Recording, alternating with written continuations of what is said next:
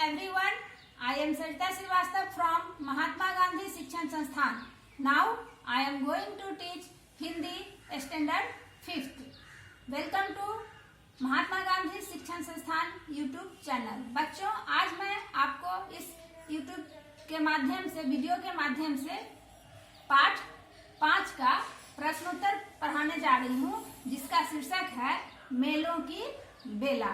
आओ इसे हम देखते हैं कि कैसे हमने बनाया है। ठीक उसी तरह से आप अपने अभ्यास पुस्तिका में बनाओगे। पाठ 5 मेलों की बेला। प्रश्नोत्तर पढ़ना और लिखना सेक्शन से है, खंड से है। पहला प्रश्न है, उचित विकल्प के सामने सही का निशान लगाइए। पहला प्रश्न है, कविता के अनुसार मेलों के मौसम में कौन नाचने लगता है। 3 विकल्प हैं, बच्चे बूढ़े, स्त्रियां, स्त्री पुरुष। तो मेलों का जब मौसम शुरू होता है बच्चों, तो बच्चे बूढ़े नाचने लगते हैं। यहाँ पर बच्चे बूढ़े के सामने हम सही का निशान लगाएंगे। ख में प्रश्न है, होली का त्योहार हमें कौन सा भेद भुलाने की सीख देता है।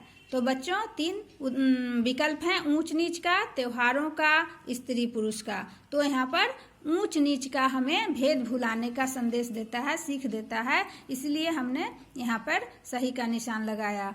ग में प्रश्न है बच्चों कि गिरिजन मिलजुल कर किसमें भाग लेते हैं। पूजा पाठ में, मेले त्योहारों में या रथ यात्रा में। तो कविता के अनुसार बच्चों कि गिरिजन मिलजुल कर रथ यात्रा में भाग लेते हैं। तो यहाँ पर रथ यात्रा आपका विकल्प दिया हुआ है, यहाँ पर हमने ये सही का निशान लगाया।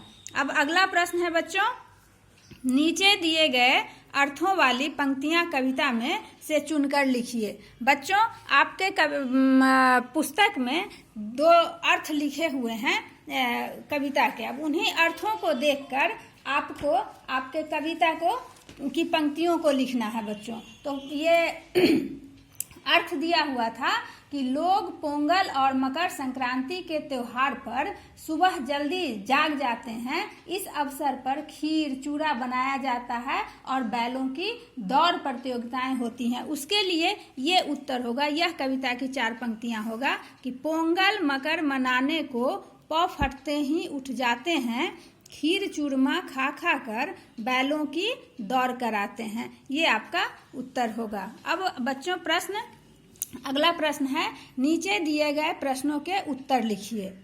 पहला प्रश्न है कि कवि ने हाट के विषय में क्या बताया है। उत्तर, कवि ने हाट के विषय में कहा है कि हाट एक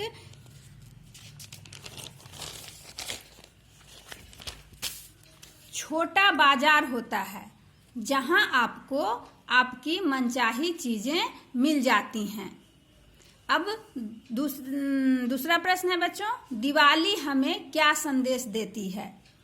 उत्तर लिखोगे कि दिवाली हमें यह संदेश देती है कि मेहनत करने से ही लक्ष्मी यानी धन संपत्ति हमारे पास आ सकती है। अगला प्रश्न है बच्चों कि ईद और बड़े दिन पर क्या होता है। तो उत्तर है कि ईद के दिन मुस्लिम भाई मस्जिदों में नमाज अदा कर एक दूसरे को ईद की बधाइयाँ देते हैं। बड़े दिन के अवसर में ईसाई लोग गिरजाघरों में जाकर मोमबत्ती जलाते हैं और ईसा मसीह को याद करते हैं, क्योंकि उस दिन ईसा मसीह का जन्मदिन होता है।